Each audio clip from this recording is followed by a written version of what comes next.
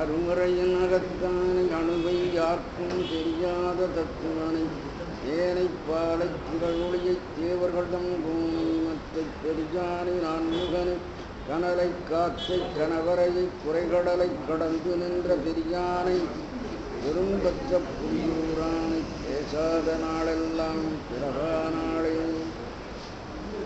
வால்மாரி உடல் வழிந்தன்ன நீர்த்தொழி பொழுத்த செம்மேனியம்மான் பங்கேறு வெக்கரம் கூப்பி நின்றேத்தலும் வரிவு வைத்து அன்னவர்க்கும் வான்மாரி குய்ப்பின் குய்யாத காவேரி மானதி உணர்ந்திருந்த மலையமாதவனுக்கும் அவனி வட்டக்கடனும் வன்கலி கோடை தணியத்தான் மாறி பெய்தன்ன நிதிமாறி பெய்யும் இரு தாமரை செங்கையாளி தயவாளி சிவஞான தேசிகர்க்கும் வழஞ்சதுமறை பொருள் விரித்து தேன்மாறி பெய்தன்ன உரைத்த குரு தேசிகா செங்கீரையாடியருளே தென்மையிலை தடையவர் சேனாபதி தலைவர் செங்கீரையாடியருளே அவையேறும் என்று உத்தமருக்கு பெற்று அவையேற உத்தரவும் அவையேறும் சிந்தனை பன்னோர் விளக்கம் செய்து அடுத்தால் சிந்தித்து ஞானவான் நடராஜ பெருமானுடைய கருணையினாலே புத்தாண்டுகளுக்கு மேலாக பெருமண்டத்தை புறந்துகள் வருகின்ற பொருளை பற்றி இயம்பொருள் அனுகரிக்கும்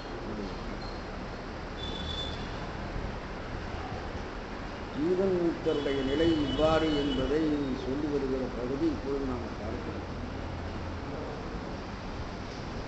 இதில் 31வது பாடல் நம்ம பார்க்கிறோம்.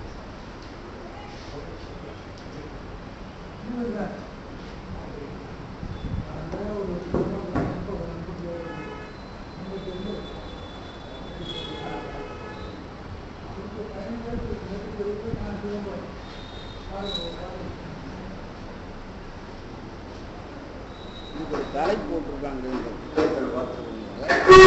சமாதி பிரகரணம். பிரகரணம்னா பிரிவு அதிகாரம் அப்படின்னு எழுதுறேன்னு அந்த மாதிரி.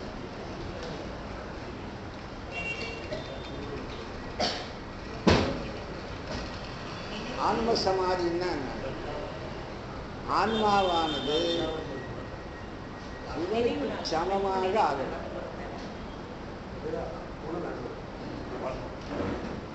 சிவனுடைய குணங்களே தன்னுடைய குணங்களாக ஆகிறது. சமாதி முதற்பொருளோடு சமமாதல், ஆதியோடு சமமாகின்ற நிலை சமாதி.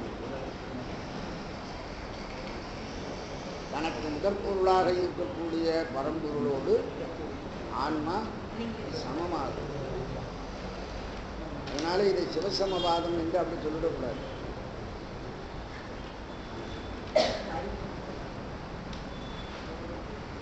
தியானத்தினாலே உங்களுக்கு யோகம் உண்டாகிறது.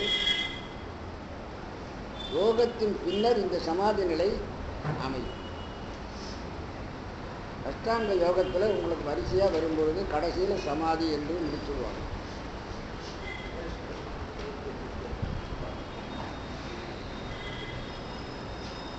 யமம் நியமம் ஆசனம் வழிநிலை தொகைநிலை பொறைநிலை நினைதல் சமாதி. நினைதல் என்பதுதான் தியானம். தியானம் வலுப்பெற தியானம் செய்த பொருளோடு அவர்கள் ஒன்றி விடுகிறார்கள். அதுதான் சமாதின்னு சொல்லி அடுத்த நிலையில் சொல்றோம்.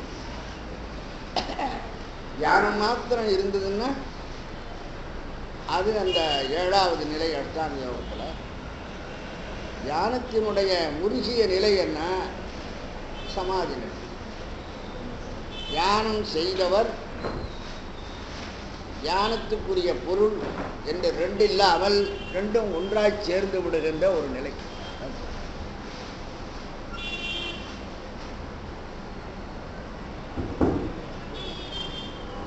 இது ஆன்ம சமாதி பிரகரணம். அப்படின்னா இந்த ஆன்மாவானது சிவத்தோடு ஒன்றுகின்ற நிலை, அதை சொல்லுகிற பகுதி அப்படின்னா.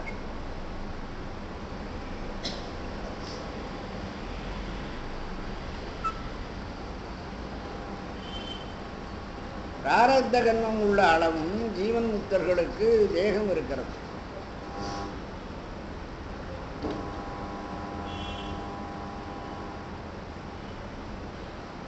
தேக சம்பந்தமான தத்துவங்களும் இருக்கின்றன.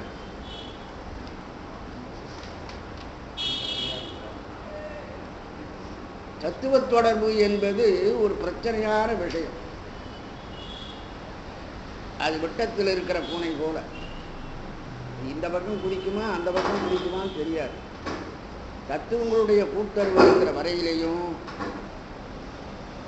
அவர்கள் மீண்டும் இந்த உலக நோக்கிலே செல்லுவார்களா அல்லது இறை நோக்கிலிருந்து விடாமல் இருப்பார்களா? இதுதான் உங்களுக்கு சிவஞான போகத்தில் ஒன்பதாம்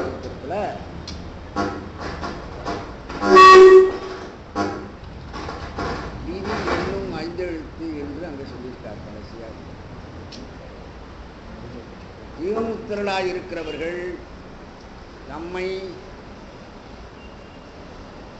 போன்ற ஜீவன் முத்தர்களாக இருக்கக்கூடிய அடியார்களுடைய கூட்டத்துக்குள்ளேயே வைத்துக் கொள்ள வேண்டும். இடையறாமல் எப்பொழுதும் ஈஸ்வர தியானத்தை செய்ய வேண்டும். சிறப்பாக திருவைந்தெழுத்தை இடையறாமல் தியானித்துக் கொண்டே இருக்க வேண்டும். அதை விட்டு விலகாமல் தங்களை பாதுகாத்துக் கொள்ள வேண்டும்.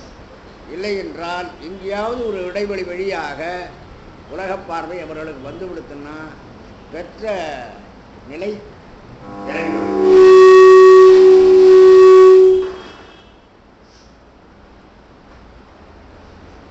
அதனால ஜீவன் முக்தர்கள் எப்படி இருப்பார்கள் என்பதை தான் சொல்ல முடியல.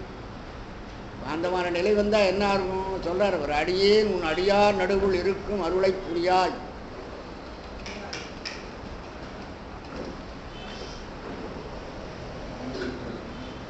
அடியேன் உன் அடியார் நடுவுள் இருக்கும் அருளை புரியாய். நீ எனக்கு வந்துவிட்டாய் என்றால் நான் அடியார் திருக்கூட்டத்தின் நடுவிலேயே இருக்கும்படியாக செய்து விடுவேன். இறைவன் இந்த உயிருக்கு வந்துவிட்டாலும் இந்த உயிர் இறைவனை விடாமல் பிடித்துக் கொள்ள வேண்டும். அதுதான் பல இடங்களில் திருவாசகத்தில் சில வார்த்தைகளின் மூலமாக நமக்கு பேசுவார். சிக்கன பிடித்தேன் என்று சொல்லுவார். சிக்கன பிடித்தேன் என்று சொன்னால் என்னை விட்டு உன்னை விலகாதபடி செய்து விட்டேன்.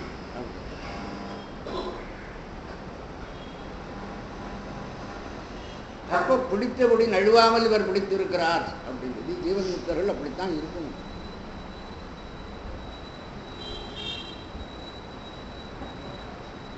எத்தவத்தை செய்தாலும் ஏதவத்தை போட்டாலும் முத்தர் மனம் இருக்கும் மோனத்தை அப்படின்னு சொல்லுவார் தாய்.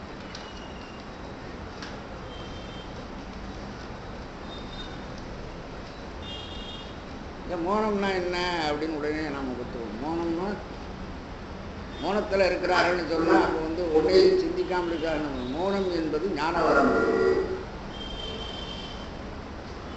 ஞானத்துக்கு வரம்பு எது? ஞானத்தை பெற்றுவிடுவது தான் ஞானத்துக்கு வரம்பு. ஏன்னால் ஞான வடிவாக இருக்கிறவன் இறைவன். இப்போ இறைவனோட உண்டுதல் தான் ஞான வரம்பு. அதுதான் மோனம். இதை உன்னை உணர்ந்துணர்ந்து எல்லாம் ஒருங்கிய நிற்குணம் கொண்டு என்னை மறந்திருந்தேன். இறந்தே விட்டது இவ்வுடம்பு. உடம்பு தனியாக ஏதாவது சாதம்னா உடம்புக்கு சாவுன்றது ஒன்றும் இல்லை. உயிர் உடம்பை விட்டு பிரிந்தால் உடம்பு தரித்து கிடப்பது. மனிதனுக்கு சாவுன்னு சொல்லலாம், உயிர்களுக்கு சாவுன்னு சொல்லலாம். உடம்புக்கு எப்படி சாவு சொல்றது? உடம்பு ஏதாவது சாவு இல்லாமல் ஏதாவது இருந்திருக்கிறதா? தனியாக உடம்பை பொறுத்து சொல்ல முடியாது.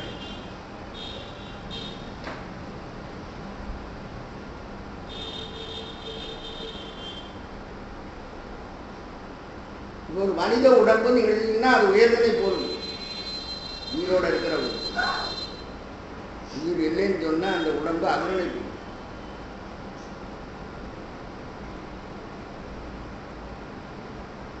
அதுதான் வேடிக்கையா அவர் எழுதுவார். சேனாவரை எழுதுற பொழுது காலம் உலகம் உயிரே உடம்பே பால்முறை தெய்வம் இடையே பூதம் ஞாயிறு திங்கள் சொல்லென வரும் ஆயிரஞ்சோட திறவும் ஒன்று ஆவையின் வரும் கிளவியெல்லாம் பால் விரிந்தி செய்யா உயர்கணைமேன. அதில் உயிரே உடம்பே என்பது உயர்கணை பாலாய் ஒலிக்காது. உயிரை பற்றி சொல்லுகிற பொழுதும் உடம்பை பற்றி சொல்லுகிற பொழுதும் அது உயர்கணை பாலாய் ஒலிக்காது அப்படி எழுதி விட்டு அதுக்கு நடைமுறைகள் எழுதுகிறார் அவர் சேனாதயர். உயிரே உடம்பே என்று புதுவகையால் சொன்னாரேனும் மக்கள் உயிரும் உடம்புமே கொள்ளப்படும். ஏனென்றால் உயர்துணை முடிவு கொள்ளா என விளக்கப்பாட்டிற்கு ஏற்பன அவையே ஆதரி அப்படின்னு எழுதுறார். மக்கள் உயிரும் உடம்பும் தான்.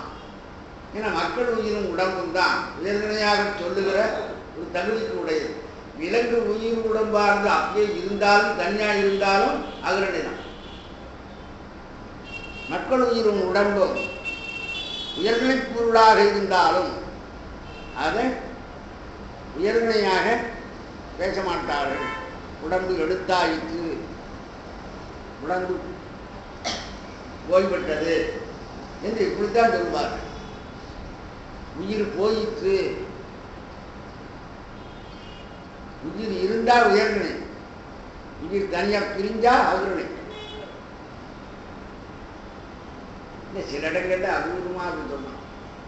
அரஞ்செய்து சொர்க்கம் துக்கான் என்று நாம் சொல்றோம். சொர்க்கம் துக்கான்னா சொர்க்கம் துக்கிறது எது? உயிரா உடம்பா? அப்ப உயிரை உயர்நிலையாக சொல்லுகிற வழக்கம் இருக்குல்ல.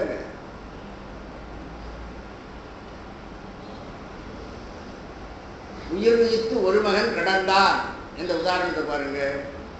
அப்ப கடந்தது எது? உடம்பு. அதை உயிர் நீத்து ஒரு மகன் கடந்தான் என்று உயர்நிலையாக சொல்லுகிற வழக்கம் இருக்கிறது அல்லவா? ஆக உயர்நிலை உயிரையும் உடம்பையும் தான் உயர்நிலையாக சொல்லுகிற பழக்கம் உண்டாதலினாலே அது இலக்கண வரம்பில்லை. அது அபூர்வமாக சில இடங்களில் சிறுபான்மையாக உயர்த்தி கூறுகின்ற மாநில வந்தது. உண்மையிலே தனியாக உயிர் உடம்பை பற்றி சொல்லும் பொழுது உயர்த்தி கூற மாட்டார்கள். அது அகரணையாகத்தான் சொல்லுவார்கள்.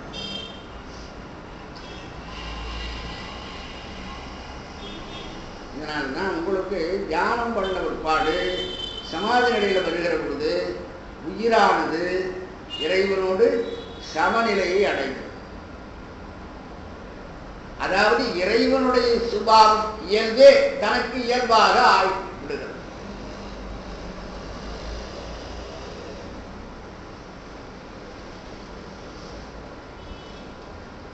திருவாசகத்திலே ஒன்று சொல்றாங்க, எண்குணம் செய்த ஈசனை. அப்போ அந்த சிவனோடு இவர் சமாதி நிலை அடைந்து விட்டார் என்பதை அந்த இடத்துல ஞாபகப்படுத்துறார். ஏன்னா சிவனுக்கு எண்குணம் உண்டுன்னு எனக்கு தெரியும். இவர் தன்னை சொல்லிக் கொள்ளுகிறார் என்று எண்குணம் செய்த ஈசனை. அந்த எண்குணம் இவருக்கும் உண்டாயிருக்கின்றார். அப்போ இது சமாதி நிலை. இதுதான் ஆன்ம சமாதி பிரகரணம்னு எழுதுறாரு. மாதிரி ஜீவன் முக்தர்களுக்கு இந்த சமாதி நிலை உண்டாகி விடுவானால் அப்ப சிவ சுபாவமே தன்னுடைய சுபாவமாக ஆகி, சிவனுடைய இயல்பே தன்னுடைய இயல்பாக. சிவனுடைய இயல்பு என்ன? எண்குணம்.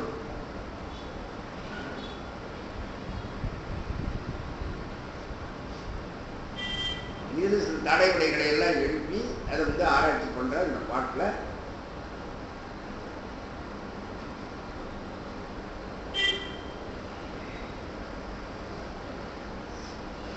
அதாவது ஆன்மா சிவத்தின் குணங்களே தன் குணங்களாக விளங்க பெற்று நிற்கும் நிஷ்டையை பற்றி கூறும்.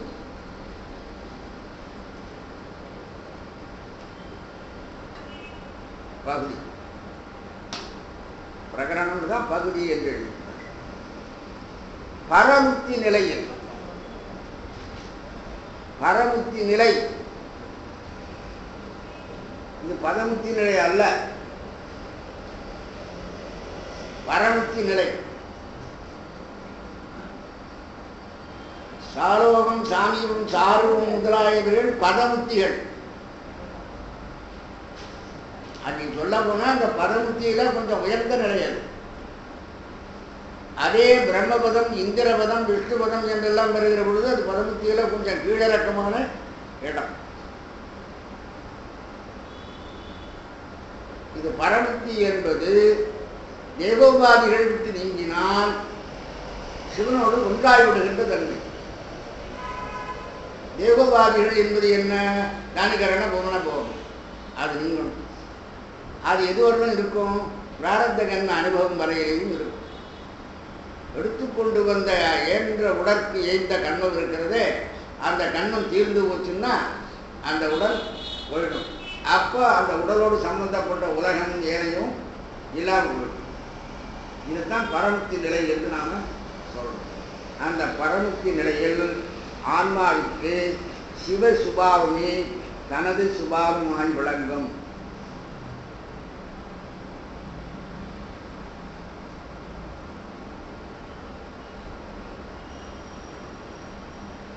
இது எப்போ நடக்கும்? ஜீவன் முக்தனாக இருக்கிறவன் தேகத்தோடு கூடி பிராரப்த கர்ம அனுபவத்துக்கு உரியவனாக இருக்கிற வரையிலேயும் சிவ சுபாவம் அவனுடைய சுபாவமாக விளங்காது.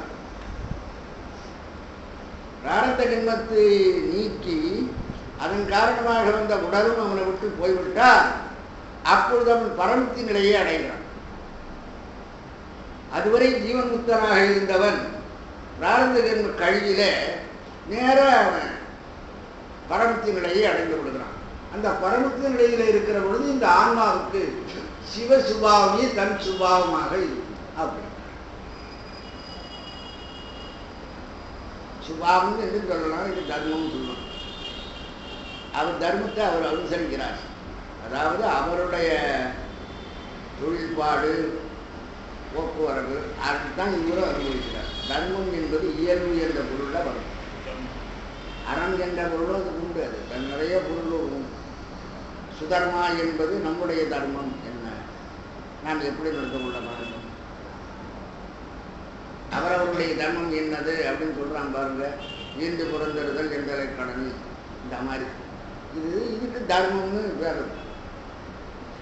தர்மம் என்பது அவரவருடைய இயல்பு. இந்த இடத்துல என்ன சொல்றாரு?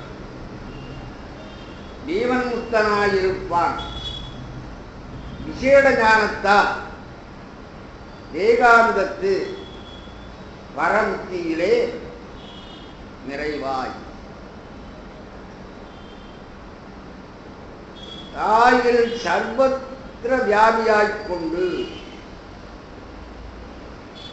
சராசர மூர்த்தாமூர்த்தம் ஆகிய வஸ்துக்கள் யாவையுமாய் இருந்த பிரபஞ்சத்து உள்புறமூர்த்து ஏகமாய் தன் தர்ம தர்மி என ஒன்றாய் மேவு சிவ சுபாவமதே தனது சுபாவமுதாய் விளங்குவன். அச்சிவ சுபாவத்தை இனி உரைப்பான். சிவசுபாவம்னா என்ன? அது அப்புறம் சொல்லுவார். சிவசுபாவம்ன்றது ஒன்றும் இல்லை, நன்குணங்கள்.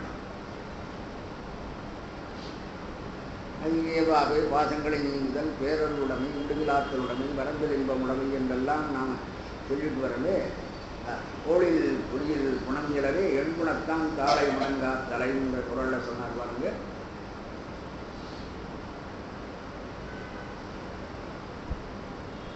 இங்க வரும் ஜீவன் முக்தனாயிருப்பவன் இருப்பான் விசேட ஞானத்தால். விசேட ஞானத்தால் ஜீவன் முக்தனாய் இருப்பான். மற்றவர்களுக்கு இல்லாத ஒரு சிறப்பான ஞானம் இருந்த காரணத்தினாலேதான் ஜீவன் முக்தனாக இருக்கிறான். அது சிவனடியே சிந்திக்கும் திருப்பெருகு சிவஞானம். அப்படி யார் ஒருத்தருக்கு இருக்கிறதோ அவர்கள் வந்துதான் ஜீவன் முக்தராக இருக்க முடியும். விசேட ஞானத்தினாலே ஜீவன் முக்தனாய் இருப்பான்.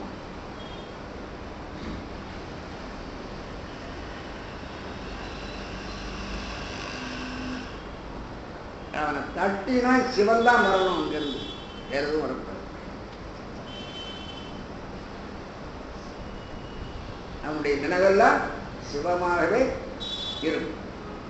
அதுதான் சொல்றாரு விசேட ஞானம். ஆனால் அவன் உலகத்துக்குள்ளே இருந்து கொண்டிருந்தாலும் உலக வாசனை அவனுடைய அந்தக்கரணங்களை காக்காது என்றால் அந்தக்கரணங்களை அவன் வயப்படுத்தி இருக்கிறானே தவிர அவன் அந்தக்கரணங்களின் வழியாக செல்லவில்லை. இதுவரை மனம் சொன்னதை கேட்டு அவன் நடந்தான். இப்பொழுது இவன் சொன்னதை கேட்டு மனம் நடக்கும்படி செய்கிறான். என் மனமே சும்மா ஆகிறது. சில நூல்களில் பார்க்கணும், மனமே உனக்கெல்லாம் வாய், நான் சொல்றதை கேளு. உன் சுபாவத்தை இங்கே கொண்டு வரார். ஆசையாராய் பாசம் விடாய் ஆழ்ந்தோர் மூச்சை கொண்டாய் நேசமுடன் நீரணையாய் சனிமையை தவிராய் திருமுறைகள் ஓராய் மனமே உனக்கெல்லாம் வாய்.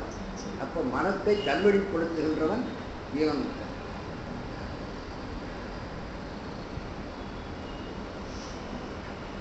அதனால்தான் நிறைவேறுவாள் என்றே நெந்திய நீவா என்று மனத்தை போட்டுவிட்டு இனிமேல் இந்த மாதிரி தான் நடந்துக்கணும், உன் வேலையெல்லாம் நிமிடத்துல காட்டாது.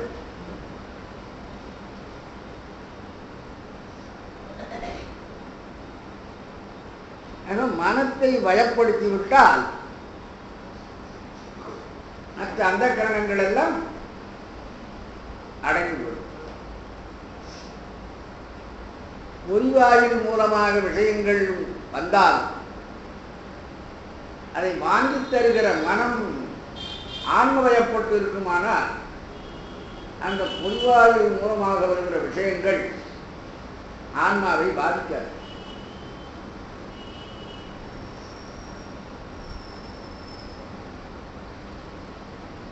சில செய்திகள் வருங்க, நடக்கிற இடத்துலேருந்து கொஞ்சம் தூரம் கழித்து அண்ணன்ட்ட வந்ததுன்னா அதுக்கு கொம்பு காலெல்லாம் முளைச்சி போய்ச்சாயிடும். ஒரு விபத்து அதை பற்றி செய்தி வருகிற இடத்துல எப்படி இருக்கும் வர, அங்கேருந்து ஒரு 10 கிலோமீட்டர் தள்ளி இருக்கிற பொழுது 40 பேர் கூட்டாங்க. அங்கே போய் பார்த்தா 4 கூட இருக்காது. இது மிகுப்படுத்திக் கொள்ளக்கூடிய ஆற்றல் இயல்பாக உண்டு. அதனால அது பொறிகள் அதை அப்படிதான் மனத்துக்கு தெரிவிக்கும். அப்போ மனம் அதிர்ச்சி அடையும்.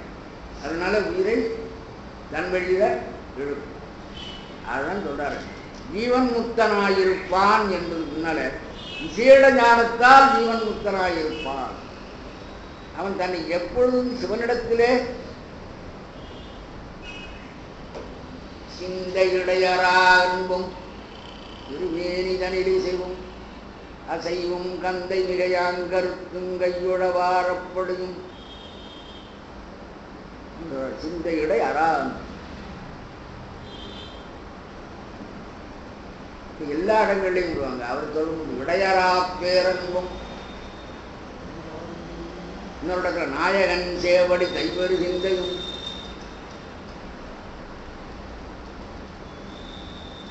மார்வார புலிகள் நீர் மழைவாரும் திருவடியும் மதுர வாக்கில் சேர்மான திருவாயில் சிந்தமிழின் மாலைகளும் செம்பொன் தாளே சார்வான திருமணம். செம்பொன் தாளே சார்வான திருமணம். எப்பொழுதும் இறைவனுடைய திருவடியை பற்றி கொண்டே இருக்கிறது அவருடைய மனம். இது மேலே என்ன சொல்லணும், எல்லா இடங்கள்லையும் அவரை வந்து போகும்பொழுது சிந்தை இடையரா அன்பும் அது ஒரு இடத்துல சொன்னார். நாயகன் சேவடி தைவரி சிந்தை.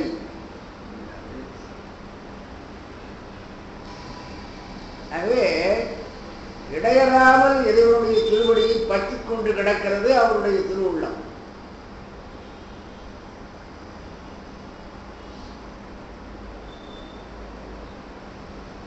அப்ப தன்னை இறைவனை விட்டு விலகாதபடி வைத்துக் கொண்டிருக்கிறார். ரொம்ப கஷ்டப்பட்டு இறைவனை கண்டுபிடித்தவர் அவர்.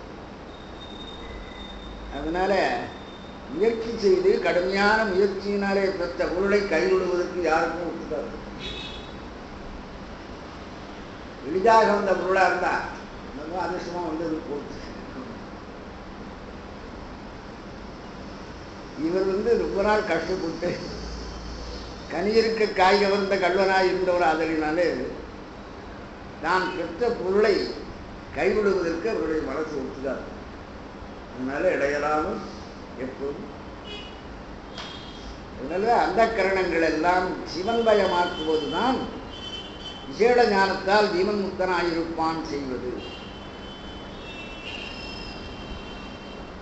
5 பேரறிவும் கண்களை உள்ள அளப்பரும் கரணங்கள் 4 சிந்தையாக உணவரும் ஒன்றும் தெரிந்து சாத்தியகனியாக என்பது புற கரணங்களாகிய பொருள்கள், அகக்கரணமாகிய அந்த கரணம், இன்னும் உள்ளகக்கரணமாக இருக்கக்கூடிய கலாவித குணங்கள், இவையெல்லாம் மாறுபட்டன என்பதை அறியணும். உயிரினுடைய தன்மைக்கு ஏற்ப இந்த கரணங்களும் மாறுபட்டு விடும். உயிருடைய தன்மை உலகை நோக்கியதாக இருந்தால் இந்த கரணங்கள் ஏற்கனவே இருந்தபடி இருந்தாலே போதும். அது அதுக்காக செய்யப்பட்ட கரணங்கள், கருவிகள். ஆனால் இப்பொழுது 5 அறிவுன்னு சொல்லாம 5 பேரறிவுன்னு சொல்றாங்க. பெரும்பொருளை பற்றுவதற்குரிய அறிவுகளாகினாலே இந்த 5 முன்னைய அறிவு போல இல்லை, இது பேரறிவாக இருக்கிறது. மெய்வாய் கண்ணுக்கு தீ என்பது இந்திரிய விஷயங்களை பற்றுகின்ற காலத்தில் உலக விஷயங்களுக்கு வருகிற பொழுது சாதாரணமாக இருந்தால் போதும். ஆனால் இறைவனை பற்றுகிற பொழுது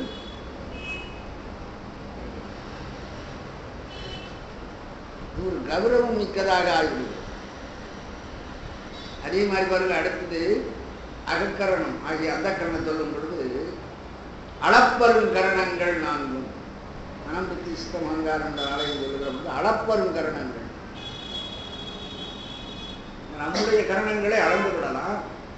ஆனால் இறைவனை நுகர்கின்ற ஞானசம்பந்தருடைய கரணங்கள், சுந்தரருடைய கரணங்கள், அப்பருடைய கரணங்களை எல்லாம் ஆராயணும். அதனால அளப்பெரும் கரணங்கள் 4. அப்புறம் அகத்து உட்கரணமாக இருக்கக்கூடிய குணதத்துவம் முதலாகியவைகள் எப்படி இருக்கிறது? திருந்து சாத்திவிகமியாக, சாத்திவிகமே மிகச் சிறந்ததுதான். ஆனால் அது திருந்து சாத்திவிகமாக உயர்வில் உயர்வாகி ஒரு பொருளை பற்றி நிற்கின்ற இடமாதலினாலே அதை விட உயர்ந்த ஒரு சாத்திவிகத்தை பார்க்க முடியாது. இப்போ 3 புறத்தே இருக்கிற பொறிகளும் மாறின, அகத்தே இருக்கிற அந்த கரணங்களும் மாறின, அந்த கரணங்களுக்கும் உள்ளீடாக இருக்கிற குணதத்துவம் மாறிவிட்டது. குணதத்துவம் எங்க இருக்கும்? அந்த கரணங்கள் தோன்றுவதற்கும் நிலை இருக்கிறது.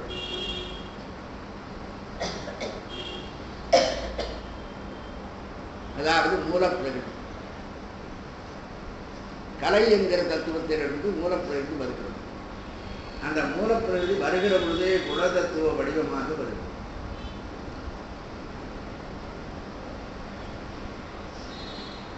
அதான் வரும் குண வடிவாய் மூலப்பிரகிருதி கலையில் தோன்றி கருங்குணம் 3ஆய் ஒன்றில் தான் 3ஆய் 3ஆம் 9ஆக விடுகிறது.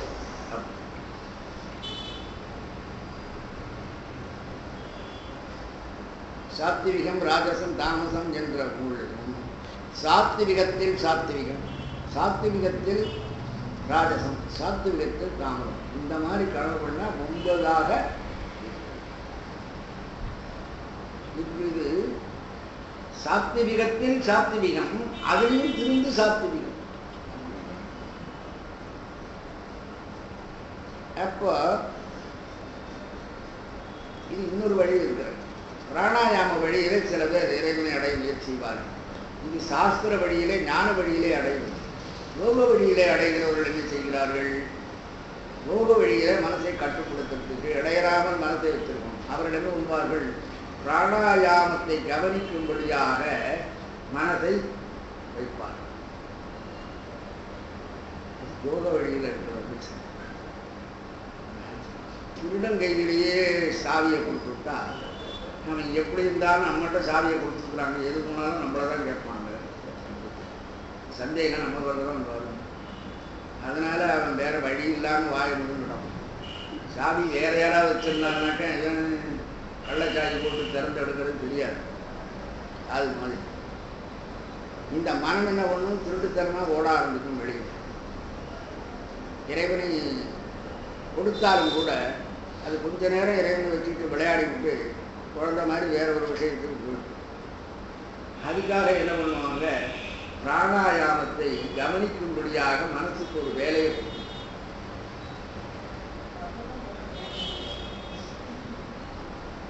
அது மூச்சு காற்று வெளியிலே போவதையும் அது திரும்பி உள்ளே இழுக்கப்படுவதையும் உள்ளே கும்பகமாக செரிக்கப்படுவதையும் கவனிக்கணும்.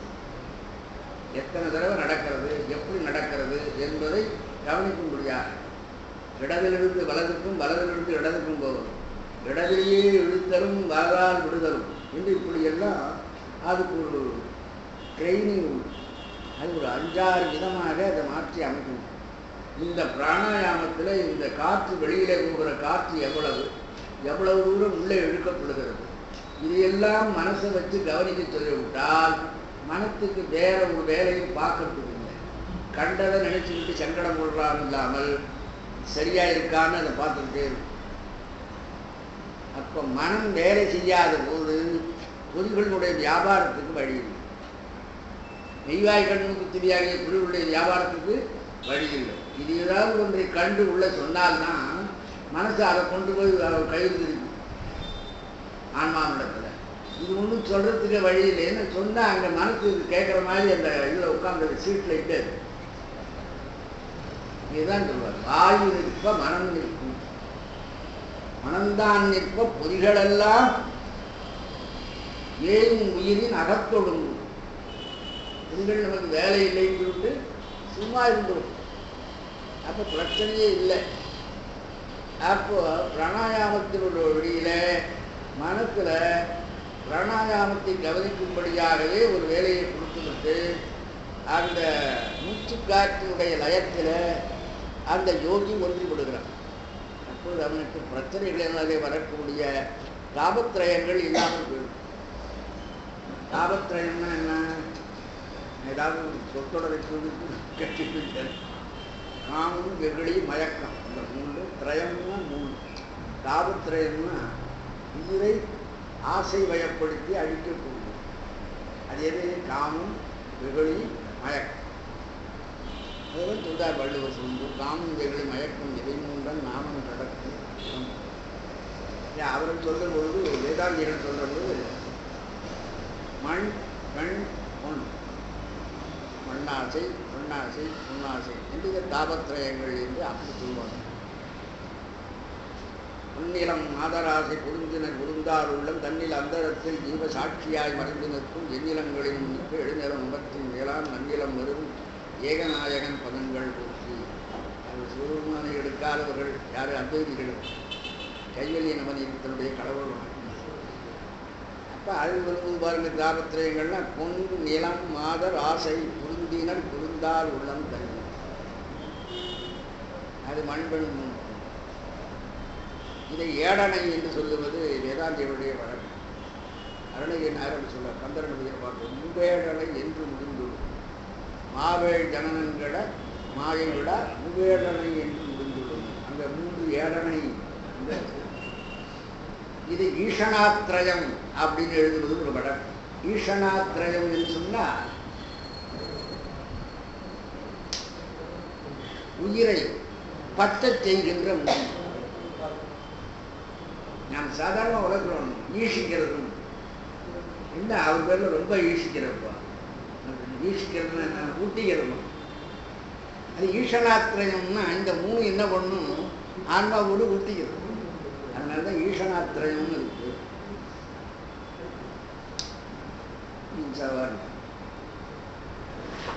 விசேட ஞானத்தால் ஜீவன் முக்தனாய் இருப்பவன் வேகாந்தத்து, எங்க வேக அந்தத்து, வேக அந்தம், தேகம் போன போது. தேகம் எப்போ போகும், பிராரத்தம் முடிந்தால். அது வரலும் தேகம் இருக்கத்தான் செய்யும். வேக அந்தத்து பரமமுக்தியிலே நிறைவாய், பரமுக்தியிலே நிறைவாக ஆய்விடுவான். தேகம் போய்விட்டால், தேகம் முடிந்தால் சுத்தமாகி ஆன்மா திகழும். இப்ப தேகம் இருக்கிறதுனாலதான் அது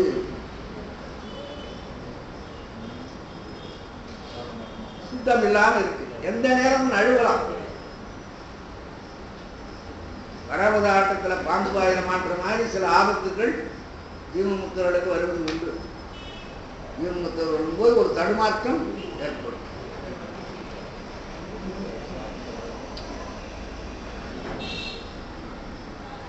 அப்பரடிகளை பற்றி சொல்லுகிற பொழுது திலகவதியாருக்கு சிவபெருமான ஒரு வார்த்தை சொல்லியிருப்பார். அது ஒரு குறிப்பு காமிச்சுவார். முன்னே பிறவியிலே ஏற்பட்ட ஒரு நழுவுதலினாலே அவரை கைவிட வேண்டியதாக ஆயிற்று. உன்னுடைய தம்பியை நான் இன்று தடவை என்னுடையவனாக ஆக்கிக் கொள்கிறேன் அப்படின்னு. என்ன அர்த்தம்? ஒரு கட்டக்கு போய் எங்கோ நழுவி இருக்கிறார். அதனால அந்த பிறவியிலேயே அவருக்கு பரமத்தி நிலையை தருவதற்கு இல்லை. அதுக்காக முன்னமே முனியாகி எடையடைய தவம் முயன்றான். அன்னவனை இனி சூளை கொடுத்து ஆட்கொள்வேன் என்று அங்க சொல்றார். இந்த மாதிரி சில பேருக்கு இந்த மாதிரி தடுமாற்றங்கள் உண்டாகும். இது ஒரு அவசம் என்று சொல்லலாம். இந்த மாதிரி அவசம் மாணிக்கவாசகர் பல இடங்கள்ல குறிப்பிட்டு காட்டுவார். அவருக்கு துடிப்பா இந்த மாதிரி துடிப்பு வரும் சிவஞானிகளுக்கு சில நேரங்களிலே அந்த முயற்சி பாதையிலே சில தடமாற்றங்கள் ஏற்படும் என்பதை சொல்றாரான்றது நமக்கு தெரியாது. அவரே தன்னுடைய வரலாற்றை சொல்லுவதாகவும் சொல்லலாம்.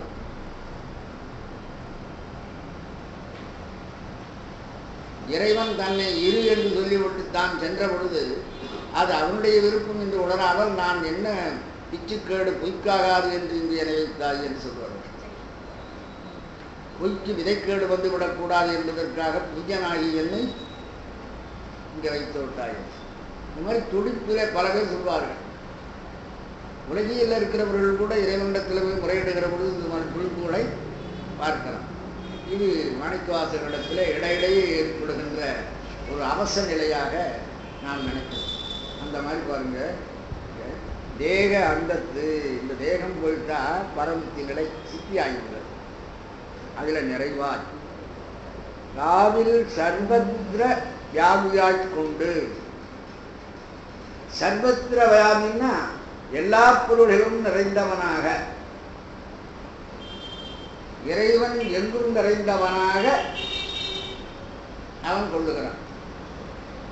பார்க்கும் இடம் எங்கும் ஒரு நீக்கமர நிறைகின்ற பரிபூரணானந்தமாக அவனுக்கு இறைவன். இன்னொரு வகையில் சொன்னால் நோக்குவை எல்லாம் அவையே ஊரல் என்று கூட சொல்லலாம். இப்பொழுது ஜீவன்முக்தனாயிருக்கின்றவனுக்கு தான் காணுகின்ற இடமெல்லாம் இறைவனாகவே தோன்றும். அது சர்வத்திர வியாபியாய் கொண்டு சராசர மூர்த்தா மூர்த்தம், சரம் அசரம், உயிருடைய பொருள் உயிரில்லாத பொருள், மூர்த்தம் அமூர்த்தம். மூர்த்தா மூர்த்தம்னா மூர்த்த அமூர்த்தம் ரெண்டும். அந்த மூர்த்த தாமும் ஆவுன்னு தான் ஆயிடும். மூர்த்தா மூர்த்தம். மூர்த்தம்னா வடிவம், அமூர்த்தம்னா வடிவமற்றது அருவம். உருவ அருவங்கள் ஆகிய வஸ்துக்கள் ஆகிய பொருள்கள் யாவையுமாய் இருந்த பிரபஞ்சம், எல்லாமாக இருக்கின்ற இந்த பிரபஞ்சம் உருவப்பொருளாகவும் அருவப்பொருளாகவும் சரப்பொருளாகவும் அசரப்பொருளாகவும் இப்படி இருந்த இந்த உலகத்துள் புறம்பு உள் புறம்பு ஒத்து பிரபஞ்சத்து அப்படின்னு குறிப்பிட்டு உள் புறம்பு ஒத்து, உள்ளும் புறமும் ஒத்து. இந்த உலகத்தில் அவன் இருக்கிற பொழுது எப்படி இருக்கிறான்? உள்ளும் புறம்பும் ஒத்து இருக்கிறான். ஏகமாய் தான் தனித்திருந்து அதை பார்க்கிற மாதிரி இல்லை, அதுவே தானாயிருந்து பார்க்கிறான். அதனால ஏகமாய் அப்படின்றார். தன் தர்ம தர்மி என ஒன்றாய். தன் தர்மம் இறைவனுடைய தர்மத்தையே தர்மி, உடையவனாகியவன். தர்மத்தை உடையவன் தர்மி. தர்மம் என்பது குணம். யாருடைய தர்மத்தை இவன் தர்மியாக இருக்கிறான்? இறைவனுடைய குணத்தையே தனக்கு தர்மமாக குணமாக உடையவனாக ஆகிறான். தன் தர்மம்னா, தன் என்பது இறைவனை குறிக்கின்ற வார்த்தை. அவனுடைய தர்மத்தையே தர்மி, தான் தர்மமாக உடையவனாக ஒன்றாய் அவனோடு ஒன்றுபட்டு விடுகிறான். மேவு சிவ சுபாவமதே தனது சுபாவதாய், சிவனுடைய இயல்பே தன்னுடைய இயல்பாக விளங்குவன். இப்படித்தான் இருப்பான். அந்த சிவசுபாவம்னா என்னங்க? அந்த சிவசுபாவத்தை இனி உரைப்பான். நன்றாக நமக்கு புரிந்திருக்கின்ற சிவனுடைய சுபாவமாகிய எண்குணங்களை பற்றி இவர் புரியாதபடி இன்னும் சொல்லக்கூடாது. அது அடுத்தது, அதை நான் அப்புறம் சொல்றேன்.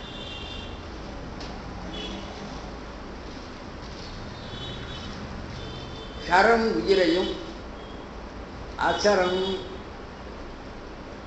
அடுத்த பக்கத்தில் கீழ்பாரா படிக்கணும். சரம் உயிரையும் அசரம் உயிர் தங்குவதற்கு இடனாகிய உடலையும் மூர்த்தம் அவ்வுடல் தங்குவதற்கு இடமாகிய பூத பௌதிக உலகங்களையும் குறித்திருந்தன. அதில் மூர்த்தம் இருக்கிறது, அமூர்த்தம் இருக்கிறது. வடிவமுடைய பொருள்களும் இருக்கின்றன, அருவமான பொருளும் இருக்கிறது. காற்று இருக்கிறது, அது அருவமும் உருவமும் என்று சொல்லலாம். ஆகாயம் இருக்கிறது, அது அருவம் என்று நாம் சொல்கிறோம். நெருப்பு உருவம் என்று சொல்லுகிறோம், நிலம் உருவம் என்று சொல்லுகிறோம். இந்த மாதிரி மூர்த்தம், உருவம் அருவம், ஒரு உருவம் ரெண்டும் சொன்னதுனால அருவுருவமும் இருக்கிறது. இதெல்லாம் மண் புனல் நெருப்பு மூன்றும் உருவப்பொருள், வெளி ஆகாயம் அருவப்பொருள், காற்று கண்ணுக்கு காணப்படாமையின் அருவம், ஊறுதலை செய்தலின் உருவம் எனப்பட்டு அருவுருவப் பொருளாம். மூன்றும் அருவுரு என்னும் இரண்டனுள் அடங்கும். இவ்வாறே இவற்றின் காரியங்கள், இதன் மூலமாக வருகிற காரியங்களும் கூட ஒன்று அருவமாக இருக்கணும், இல்லை உருவமாக இருக்கணும். ஏகம் அத்திவிதம். ஏகம்னா என்ன? அத்திவிதம். இரண்டு அல்ல என்கிறது தான் ஏகம் இல்லை. ஏகம்னா இரண்டே இல்லாமல் ஒன்றுன்னு அர்த்தம் இல்லை. ஏகம் என்பதற்கு இரண்டு அல்ல என்று அர்த்தம் பண்ணணும். தன் தர்ம தர்மி, அது தனியாக ஒரு பாரா எழுதிட்டார். தத் என்பது சிவத்தை குறிக்கும். சிவத்தினுடைய தர்மமே ஆன்மாவிற்கு தர்மமாக ஆகும். ஆன்மா தர்மியாயிருக்கும். ஆன்மாவினுடைய தர்மம் என்ன? சிவத்தினுடைய தர்மம் தான் ஆன்மாவுக்கு தர்மம். சிவத்தினுடைய சுபாவமே, சிவத்தினுடைய இயல்பே ஆன்மாவுக்கு இயல்பாக இருக்கிறது. அதுதான் தர்மம் குணம் என்பன ஒரு சொற்கள் ஆயின் தர்மம் ஒன்று என்றும் தர்மி இரண்டு என்றும் கொள்ள கடந்தது. தடை. தர்மத்தை கொண்டே தர்மிகளின் வேற்றுமை அறியப்படுவனாகும் என்பதோடு முரணாது. அதாவது 8 குணங்களின் தர்மம்னு சொன்னீங்கன்னா, அப்ப தர்மி ஒன்றுன்னு சொன்னா தப்பா இருக்குமே. ஒன்றுக்கும் ஒரு இயல்பு தானே சொல்லணும். நீங்க அந்த மாதிரி இதில் ஆரம்பிக்க வேண்டியதில்லைப்பா. வெண்குணங்களாகிய தர்மத்தால் பரமாத்மாவாகிய தர்மியும், அக்குணங்களை பற்றி அறிவாளிக்கலாகிய தர்மத்தால் ஜீவான்மாவும் உண்டென அறியப்படுதலின் இந்த ரெண்டும் உண்டுதான். இவ்வுண்மையினை வெண்குணம் செய்த இதனை என மாணிக்கவாசக சுவாமிகளும், வெண்குணத்து உள்ளோமே, நாங்கள் உன்னுடைய வெண்குணத்திலே உள்ளோம் என்று திருநாவுக்கர சுவாமிகளும், இவ்வாறே பிற சிவானுபூதி செல்வர்களும் அன்றைய திருவாக்குகளால் அறிந்தமைக. இது பற்றிய சங்கை உத்தரங்கள் எல்லாம், இது பற்றி உங்களுக்கு தான் சந்தேகம் வந்தால் அதுக்கு விடைகள் எல்லாம் 2வது சூத்திரத்தில் அந்த இந்த நூல்லையே 2வது செய்யுள் உரையிலே எழுதப்பட்டிருக்கிறது. அதை படித்து பார்த்துங்க. தர்மம் 8ஆகவும் தர்மி ஒன்றாதல் எவ்வாறு கூடும்? அந்த கேள்வியை திரும்பி கேட்குறேன். தர்மம் 8ஆகும்னா தர்மி ஒன்றுன்னு சொல்றீங்களே, அது எப்படின்னா, ஞானம் என்ற ஒரு தர்மத்தின் வியாபார பேதமே எண்மிகைப்படுகிறது. ஞான வடிவு என்று முன்னர் சொல்றதுக்குள்ள எண்குணங்கள் அப்படின்னு நாம் சொல்லணும். ஞானம் என்ற ஒரு தர்மத்தினுடைய ஒரு இயல்பினுடைய வடிவம்தான் 8. கணக்குக்கு 8 இருக்குமே தவிர, ஆனால் உண்மையில 8 ஞானம் என்பதில் அடங்கி விடுகிறது. அன்றியும் ஒரு தர்மியினிடத்தில் வேற்றுமைப்பட்ட பல தர்மம் இருத்தல் கூடாது. ஒன்றுக்கொண்டு வேறுபாடான, அதாவது கோபம் இருக்கிறது சாந்தமும் இருக்கிறதுனா தப்பு. ஒன்றும் சாந்தமா இருக்கணும், இல்லைன்னா கோபமா இருக்கணும். வேற்றுமைப்பட்டது ரெண்டும். வள்ளத்தன்மை இருக்கிறது, லோபத்தன்மை இருக்கிறது என்று சொன்னால் ரெண்டும் ஒன்றுக்கொண்டு முரண்பாடு. முரண்பாடான தர்மங்கள் தான் ஒரு வருடத்தில் இருக்க முடியாதே தவிர, முரண்பாடு இல்லாத தர்மங்கள் ஒன்றுக்கு மேற்பட்டவர்கள் கூட ஒரு வருடத்தில் இருக்கலாம். பொறுமை உடையவன், சாந்தம் உடையவன், உடைத்தன்மை உடையவன், இறக்கப்படுபவன் அப்படின்னு சொன்னா இதனால ஒன்றும் இடைஞ்சல் இல்லை. ஒன்று கொண்டு கொடூரமானவன், இறக்கம் உடையவன் சொன்னா இலக்கணங்கள்ல கூட சொல்லுவாங்க. வகை இயல்வாயிரி படைக்கை மறவன். இது பொருத்தம் இல்லாத ஒரு சொற்றொடர். இயல்பாகவே பகை இல்லாதவன் எதுக்காக ஆயுதத்தை கையில் வச்சுன்னு தெரியலாம்? அப்ப அந்த பகை இயல்பாயிரி படைக்கை மறவன் என்று சொன்னால் ஒன்றுக்கு ஒன்று முரண்பாடாக இருக்கிறது. இந்த மாதிரி சொற்றொடர்களை எழுதுதல் தவறு அப்படின்னு இலக்கணத்தில் சொல்லுவார். அது மாதிரி இங்க சொன்னார். ஒன்றுக்கொன்று மாறுபாடாக உள்ள வேற்றுமைப்பட்ட பல தர்மம் இருத்தல் கூடாது, ஒற்றுமைப்பட்ட பல தர்மம் இருத்தல் கூடும். இப்ப நெருப்புன்னு சொல்றீங்க, அதுக்கு சூடு இருக்கு, செம்மை முதலிய பல தர்மங்கள் இருக்கின்றன. சூடு இருக்கிறது, சிவப்பு நிறம் இருக்கிறது, இதனால ஒன்றுக்கு ஒன்று விரோதம் ஒன்றும் கிடையாது. ஆகவே இதுல 2 இயல்பு இருக்கிறது நெருப்புக்குன்னு சொன்னா, அப்போ ஒரு நெருப்பு என்கிற தர்மியினிடத்துல ஒரு இயல்பு தானே இருக்கணும். 2 இயல்புன்னா அப்போ 2 பொருளை காட்டுங்க அப்படின்னு கேட்கலாமா? ஒற்றுமைப்பட்ட எண்குணங்கள் முதல்வனிடத்தில் இருத்தல் கூடும். நம்முள் ஒற்றுமையாக இருக்கிற எண்குணங்கள் இறைவனிடத்தில் இருப்பதாக சொல்வது இது. வேறு சில பேர் இதுக்கு எப்படி அர்த்தம் பண்றாங்கன்றார். தன் தர்ம தர்மி என்பதற்கு தன் தர்மம் போலும் தர்மத்தை உடையது எனக்குண்டு. ஆன்மாவிற்கு அனாதிய எண்குணங்களும் அனாதிய எண்குணங்கள் ஆன்மாவுக்கு உண்டு. இது ஆணவ மலத்தால் மறைக்கப்பட்டிருந்தது, இப்பொழுது வெளிப்பட்டது அப்படி சொல்லலாமே. ஜீவன் முக்தனாய் இருந்தவன் பரமத்தியில அவன் சிவசுபாவமே தன் சுகமாக ஆகிறான் என்று அப்பத்தான் அந்த எண்குணங்கள் சிவனிடத்திலிருந்து அவனுக்கு பரிமாறப்படுகிறதுன்னு சொல்றீங்களே, அது வேண்டியது இல்லையே. ஆன்மாவினுடைய ஆரம்ப காலத்திலேயே அது எண்குணங்களும் உண்டு, அது ஆணவத்தால் மறைக்கப்பட்டிருந்தது, அது இப்போது வெளியாயிற்று அப்படின்னு சொன்னா என்ன அப்படின்னு கேட்கிறார். நலம் நீங்கிய முத்தி நிலையில் விளங்கி தோன்றின என்று கொள்ளலாகாதோ எனினும் ஆஹா, இந்த மாதிரி சொல்லக்கூடாது. ஏன் தெரியுமா? எண்குணங்களும் ஆன்மாவினிடத்தில் அனாதியே உள்ளனவாயில், எண்குணங்களும் ஆன்மாவினிடத்தில் அனாதியே உள்ளதாக இருந்தால் இப்ப அவற்றுள் ஒன்று என்ன? அனாதி போதம்.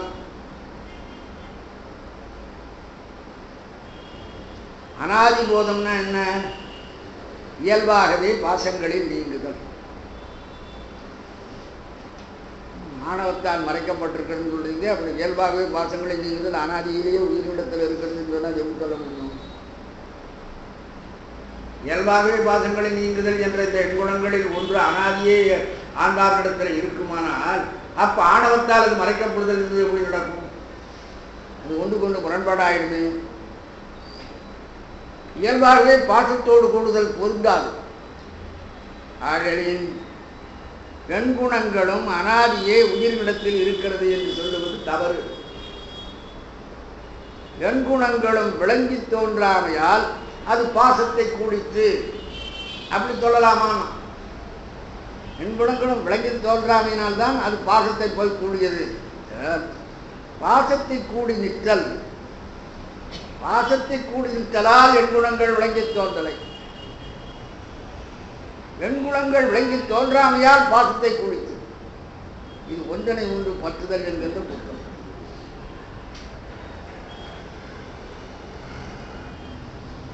என்ன நீ சொல்றேன்றது உனக்கு தடம் முடியும். ஒன்று குணங்கள் விளங்கி தோன்றாமையால் பாசத்தை கூடித்தாவுகிறது, பாசத்தை கூடியவதனாலே குணங்கள் விளங்கி தோன்றவில்லையா? ரெண்டும் ஒன்று விரோதமான விஷயங்கள். இது சொல்றது இந்த மாதிரி சொல்றது. அது பிரஜை மேற்கோளுக்கு மாறுபாடு. வெண்குணங்கள் விளங்கி தோன்றாமை ஏதுவாகும். வெண்குணங்கள் விளங்கி தோன்றாமை காரணமாக பாசத்தை ஆன்மா கூடிச்சு. அது காரணம். அதனாலே நடந்த காரியம் பாசத்தை கூடுதல் என்று ஆகும். மல சம்பந்தத்தால் சித்திக்க வேண்டிய எண்குணம் விளங்காமை அப்படி சொல்றான். இங்கு எண்குணம் விளங்காமையினாலே மல சம்பந்தம் உண்டாச்சுன்னு சொன்னா இது காரணமாகி விடுகிறது. எதனால் மலத்தோடு ஆன்மா முடியுது? எண்குணங்கள் விளங்காமையால் அப்படின்னு சொல்ற. எண்குணங்கள் ஏன் விளங்கல? மல சம்பந்தத்தினால. நீ உன்னை ஒரு காரணமாக சொல்லும் பொழுது காரணமானது காரியமாகி விடுகிறது, காரியம் காரணமாகிறது. இது ஒன்றுக்கு ஒன்று குழப்பவாதியாக நீ செய்கிற காரியம் இருக்கிறது. அதனாலே சொரூபாசித்தி என்னும் ஏது போலியாய், அதாவது காரண ஏமாற்றமாக ஆகும், ஏது போலியாக நிகழும். ஆதலில் பாசத்தால் எண்குணம் விளங்கி தோன்றவில்லை என்றலும், எண்குணம் விளங்கி தோன்றாமையால் பாசத்தை கூடிச்சு என்றலும் பொருந்தாமையில். இந்த மாதிரி வாதம் பொருந்தாது எனப்பட்டு, அதுக்கு என்ன காரணம்? சார்ந்த பொருளின் தன்மையே தன்தன்மையாக கொண்டு நிற்கும் இயல்புடைய ஆன்மா. அதற்கு சிவனை சார்ந்த விடத்து சிவத்தின் தன்மையாகிய எண்குணங்களும் தன்மாற்று விளங்கி தோன்றும். எப்பொழுது பரமுத்தி நிலையிலே அது சிவத்தை சார்ந்துபட்டபடியினாலே சிவத்தின் எண்குணங்களும் அது விளங்கி தோன்றுகிறது அப்படின்னு சொல்றது தான் முறை அப்படின்னார். ஆதலின் தன் தரும தருமி என்பதற்கு தன் தருமம் போலும் தருமத்தை உடைய தருமி என கொள்ளாது, தற்தருமத்தால் அதாவது சிவனுடைய இயல்பினாலே தருமி அதை கொண்டதாக ஆன்மா ஆகிறது என்று அப்படி சொல்வதுதான்.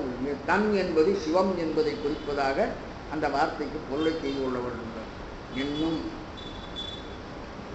தத்தரும தருமி என்றிருந்தால் மட்டும் அதன் தருமம் போலும் தர்மத்தை உடைய ஆன்மா என்றவாகி அது ஓமத்தொகை புறத்து பிறந்த அன்புடு தொகையாக கொள்ளலாமோ?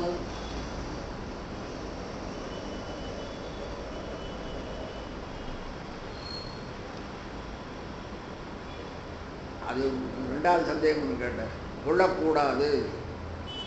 அது ஓமைத்தொகை தொடராக கொள்ளல். தன் தருமம் போலும் தருமி. அப்போ இறைவனுடைய தர்மம் ஒன்று, அந்த தர்மம் போலும் தர்மங்களை உடையது ஆன்மான்னு சொன்னா, அப்போ இன்னும் ஏதோ ஒன்று இருக்கிற மாதிரி இருக்குது. அது வந்து ஓமையார் சொன்னான். அதே நான் உண்மையான்னு சொல்ற. இறைவனுடைய சுபாவத்தை உயிர் அடையும்.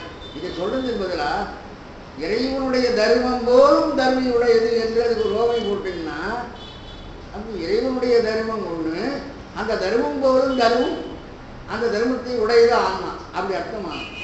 அப்போ இங்க எது உபமானம் எது உமேயம்? இறைவனுடைய தர்மம் அந்த தர்மத்தை போலும் தர்மத்தை உடையது. அப்ப இறைவனுடைய தர்மம் உவமை. அது போன்ற தர்மம் என்பது இப்போது ஆன்மாவை பற்றி இருக்கின்ற தர்மம் அப்படின்னு அர்த்தமாகும். ரெண்டும் ஒண்ணுதானே, ரெண்டும் ஒரே பொருளா இருக்கும் பொழுது சந்திரனை போன்ற சந்திரன் சொன்னால், சந்திரனை போன்ற முகம் என்று சொன்னால் உவமை வேறு பொருள் வேறு அப்படித்தான் இருக்கணும். தன் தர்மம் போலும் தர்மத்தை உடையது அப்படின்னு சொன்னா, இறைவனுடைய தர்மத்தை போன்ற தர்மத்தை உடையதுன்னு சொன்னா, அந்த போன்ற தர்மம் என்ன? அதுவே இருந்தால் அது உவமையாகிறதுக்கு அர்த்தம் இல்லையே. அதுதான் சொல்றாரு. தர்மம் உவமையும் தருமி பொருளுமாதல் முறையங்கு ஆதலில் அது பொருந்தாது என்ற தர்மி என்றதுனாலேயே தர்மத்தை உடையது என்று ஆகி அது பொருந்தாதோ அப்படி பொருத்திக்கலாமினார். அங்கனமாயிரும் அதுபோலும் தர்மத்தை உடைய தர்மி என்னும் பொருள்பட தன் தர்மி என்று இருக்க வேண்டும் என்று தன் தர்ம தர்மின்னு வர முடியாது. இனி சில ஆகமங்களில் அனாதியே ஆன்மாக்களுக்கு எண்குணம் உண்டு என்று சொல்லப்பட்டிருக்கிறது. 108 ஆகமங்கள்ல சில ஆகமங்கள்ல அனாதியே உயிர்களுக்கு எண்குணங்கள் உண்டு அப்படின்னு சொல்லப்படுகிறது. அது இறைவனோடு உயிர் ஒன்றி இருக்கிறதுனாலே சொல்லப்பட்டதை தவிர சரியாக பார்க்கிற பொழுது ஆன்மாவுக்கு அடிகுணங்கள் அனாதியே கிடையாது. அனாதியே சிவனோடு திருப்பின்றி நிற்றல் பற்றி அறி உயிரோடு திருப்பில்லாமல் காணும் கண்ணுக்கு காட்டும் முழங்கோல் காண உள்ளத்தை கண்டு காட்டுகின்றபடியினாலே இறைவன் உயிரோடு கூடவே இருக்கிறான். அப்போ உயிரோடு கூட இருக்கிற காலத்தில் இறைவனுக்கு அன்புணங்களும் உண்டு என்று அங்கே சொல்லப்பட்டது. அது உடனாக இருத்தல் பற்றி உயிருக்கும் அது ஏறுகிறது, அவ்வளவுதானே தவிர உண்மையில உயிருக்கு அந்த அன்புணங்கள் இல்லைனர்.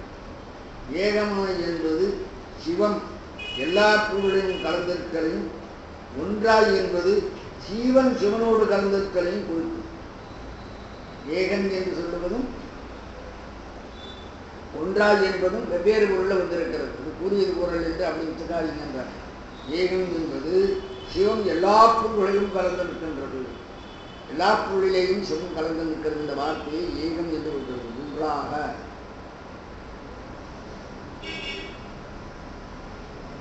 ஈராய் முதலாய் முதல் ஒன்றாய் பெண்ணான் குணம் மூன்றாய் என்று வரும் இந்த பாசுரத்தை வைத்து சொல்றார்.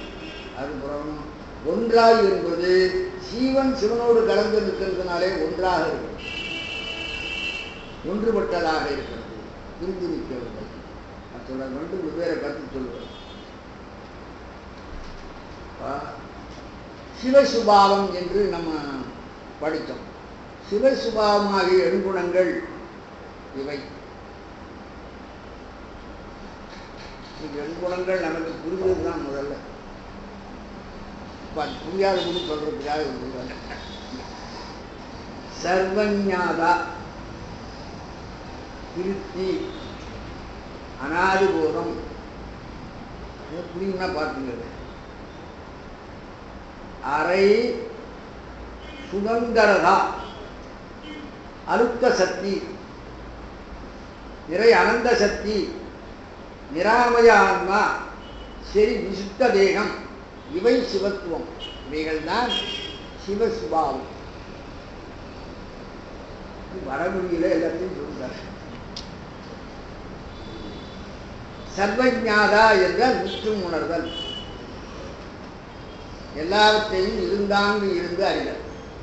இது உயிருக்கு வரும்பொழுது ஒன்றொன்றாக அறிதல், அறிந்ததை மறந்து மறந்து அறிதல். நாம் ஒன்றை அறியும் பொழுது இன்னொன்றை அறியாமல். ஆனால் இறைவனுக்கு முற்றும் உணர்தல் எப்பொழுதும் எல்லாவற்றையும் உணர்ந்து நிற்கின்ற நிலைகள். அது சர்வஞாதா. திருப்தி, நிறைவுன்னு அர்த்தம். திருப்தின்றதுக்கு நேரடியாக நிறைவுன்னு அர்த்தம். அது வரம்பில் இன்பமுடைமை.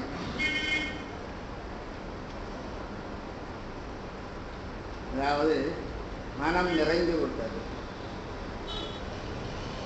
சாத்தாதி காரியங்களில் இந்த பிராமணர்கள் உட்கார்ந்து சாப்பாடு போடும்போது கடைசியில் அதிகாரி என்ன பண்ணுவான் கேட்பான்.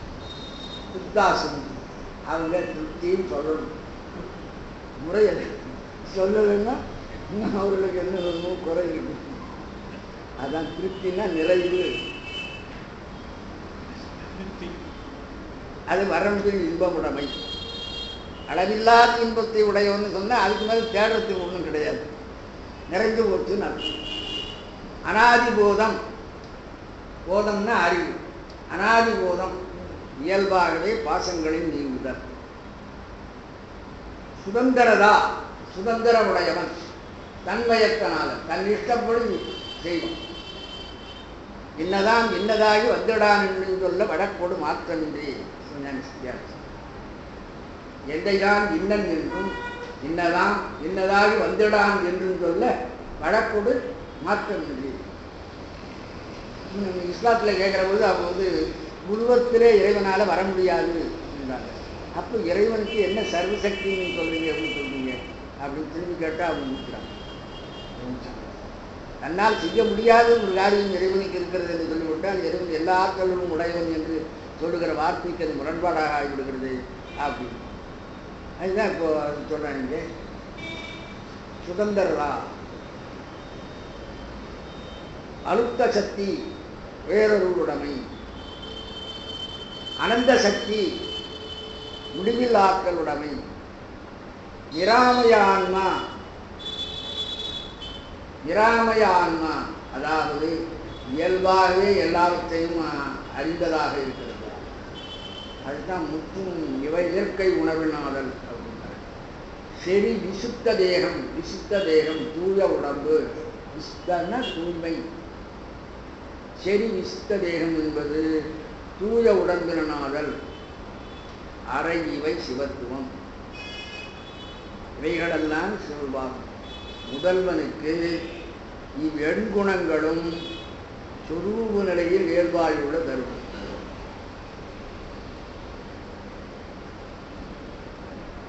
தடத்த நிலையில் அப்படி சொல்லிடக்கூடாது. இப்போ இறைவன் விறகு வைத்துக்கிட்டு வியாபாரம் பண்ணிட்டு இருக்கான் மதுரையில். உணர்வினனாக இருக்கக்கூடியவன், பேரொரு உடையவனாக இருக்கிறவன், இந்த மாதிரி ஒரு விறகு விற்கிறவனாக இருக்கிறான் அப்படின்னு அந்த இடத்துல போய் கேட்டுறாதீங்க. அது தடத்த நிலை. அங்கே ஒரு அடியாரோடு அவன் தொடர்பு கொண்டிருக்கிற நிலை. அப்போ முதன்மை உடையவனாக இல்லை. மாணிக்கவாசகருக்காக குதிரைப்பாகனாக வருகிறான் என்று சொன்னால் அப்போ உங்களுக்கு வேலைக்காரன் போல இருக்க அப்படின்னு நினைச்சுக்காதீங்க. அது அவனுடைய சுரூப நிலை அல்ல. எல்லாருக்கும் எல்லா முதன்மைகளுக்கும் உடையவனாக இருக்கின்றவன் என்று சொல்லிவிட்டு அவன் ஒரு குதிரைக்கு ஓட்டியாக அவனை நீங்க பார்த்தீங்கன்னா முன்னுக்கு ஒன்று முரண்பாடாக இருக்கிறது. தடத்த நிலை. மற்றொரு பொருளோடு தொடர்புடுகின்ற பொழுது அவன் அவ்வாறு இருக்கான். நான் தனி முதலாக இருக்கிற காலத்தில் அது சொரூப நிலை. அந்த சொரூப நிலையில தான் இந்த எண்குணங்களையும் வச்சு நீங்க பார்க்கணும். மற்றதுக்கு இருக்கும்போது வித்தியாசமா இருக்கும். பேரொரு உடையவன் சொன்னா திரிபுராதிகளை எரிக்கிறான்னு சொன்னா அப்ப பேரொரு உடையவன் சொல்லுங்க எரிக்கிறானே. இது தடத்த நிலை, அது சொரூப நிலை. அதுக்காக நீங்கள்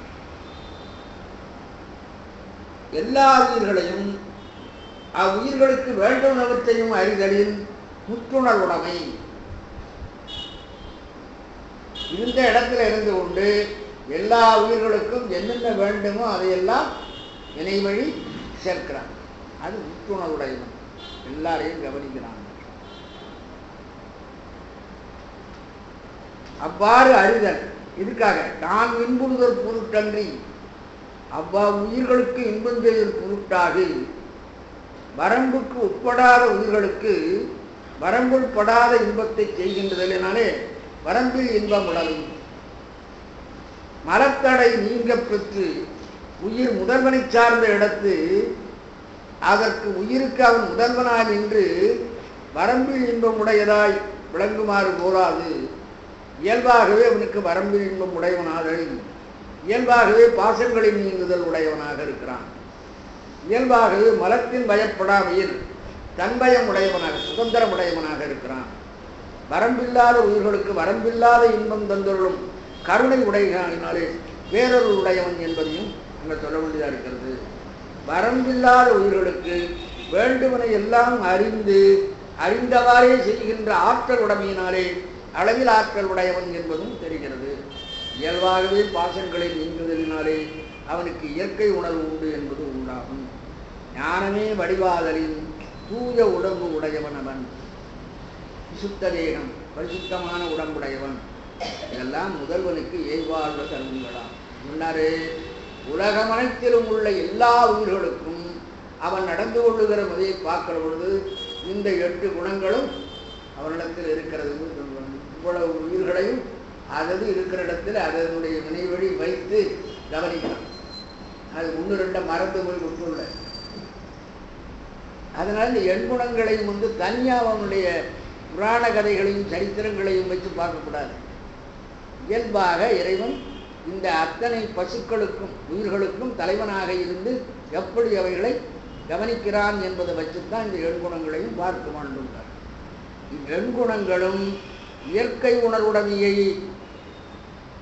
இயல்பாகவே பாசங்களின் நீங்குதல் தூய உடம்புடைமையை வேறொரு உடமையிலே அடக்கி 6 என்று சொல்லுவதும் உண்டு. இதைத்தான் முருகப்பெருமானுக்கு சொல்லும்போது 3 குணனும் சேக்கி முகங்களாய் வந்தது என்ன அப்படின்னு சொல்றார். 6 குணங்கள் என்று இதை அப்படியும் சொல்லுவார்கள். லுப்தம் என்றால் லோபம், அழுத்தம் என்றால் லோபம் இல்லாமை. அதனால்தான் அது பேரருள். எண்குணங்களும் ஞானத்தின் இயற்கைத்தன்மையே அன்றி மாயாகாரியமான சத்துவம் முதலிய குணங்களின் பார்ப்படாமையில் இறைவன் குணத்திற்கு உட்பட்டவன் என்று தானே சொல்லுகிறீர்கள். அப்போ எண்குணங்களை உடையவன் என்று சொன்னால் அவனை குணாதீதன் என்று சொல்ல முடியாது. குணம் உடையவன் என்று சொல்லிவிட்டால் ஒரு கட்டுப்பாட்டுக்குள்ளவா வந்துவிடும் இறைவனுடைய தன்மை அப்படின்னு கேட்கிறார். அந்த கேள்வி சொல்றார். அது இயற்கைத்தன்மை, ஞானத்தினுடைய இயற்கைத்தன்மை இந்த 8 குணங்களும். ஞானமே வடிவமாக இருக்கிறவனாகினாலே இந்த 8ம் இருக்கிறது. இது குணம் என்று கூட சொல்ல முடியாது. ஞானத்தினுடைய இயல்பே அந்த மாதிரி தான் இருக்கும். அது ஞானம் குணத்தை உடையது என்றும் அதுக்கு குணம் இவைகள் என்றும் 2ஆம் பிரித்து பேசுவது வராது. அதுக்காக சொல்றார். அது சத்துவம் முதலிய குணங்களின் பார்ப்படாமையில் முதல்வனை குணாதீதன் என்று ஆகமங்கள் கூறும் இக்கருத்து அறியாதவர் குணாதீதன் என்பதற்கு ஞான குணமும் இல்லாதவன் என்று கொண்டு மயங்குவார். அது தவறு. குணம் இல்லாத குணி கிடையாது என்பது அவர் அறிஞர். குணி தோன்றிய பின் அடுத்த கணக்கு குணம் தோன்றும் என்பது நையாயிகர் மதம். குணி தோன்றும் பொழுதே உடனிருத்தியாய் உள்ள குணம் புலப்படத் தோன்றாமை பற்றி மயங்கி கூறிய நையாயிகர் மதம் சைவ சித்தாந்தத்திற்கு இயலாமை காண்க. எனவே இறைவன் முதல் இறைவனுடைய குணங்கள் நமக்கு அவன் மூலமாக நமக்கு விளங்குகிறது. குணம் வந்தது, அதுக்கு பிறகு குணத்தை உடையவன் வந்தான் என்று அப்படி பிரித்து பார்க்கக்கூடாது. குணத்தை உடையவனாகிய இறைவனை முதல்வன். அவனை பார்த்த பொழுது இந்த 8 குணங்களும் அவன் ஞானம் வடிவாதலினாலே இந்த 8ம் ஞானத்தினுடைய வேறுபாடுகளாகினாலே இதை ஒரு குணம் என்று கூட சரியாக பிரித்து பார்க்க முடியாது அப்படின்னு காமிச்சு.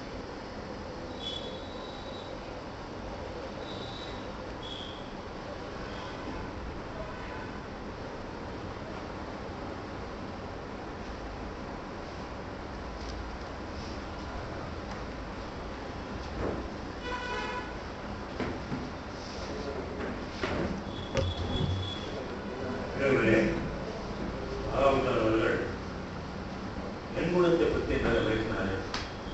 ஒரு சிலர் என்னை கேட்டுட்டாங்க, இந்த வகுப்புல முக்கிய நிலையில இருக்கிறவங்களுக்கு சொல்லப்படுது நமக்கெல்லாம் தேவையான ஒன்று கேட்டார்.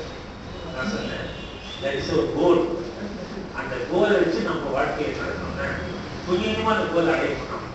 எண்குணம் என்பது இறைவனுக்கு இருக்கு, அதை நமக்கு இல்லை. அந்த என்ன குணம் தெரிஞ்சாதான் அந்த குணத்தை அடைவதற்கு நம்ம முயற்சி இருக்கும். அந்த முயற்சியை மேலும் மேலும் அடைய நாம சிவனிடத்துல கிட்ட நெருங்கி, அதுக்காக தான் இந்த வகுப்பை தவிர நாமளும் அந்த முத்தி நிலையில இருந்து நாம அனுபவிக்கணும் அவசியம் இல்லை.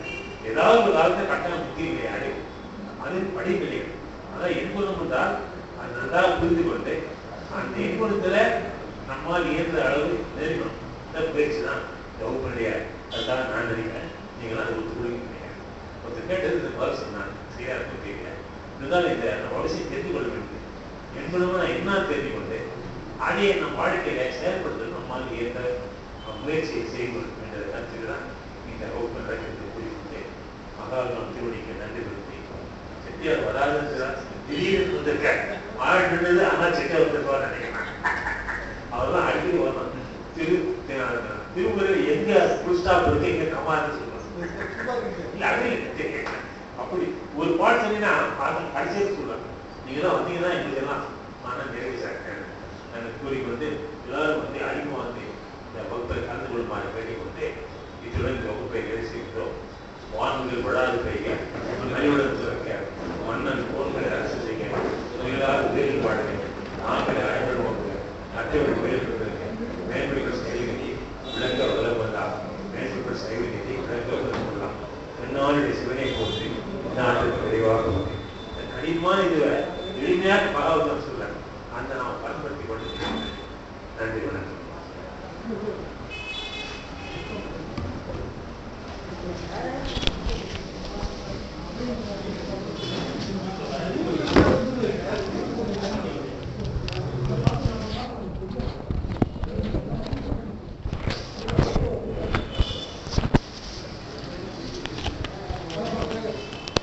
போலாம்.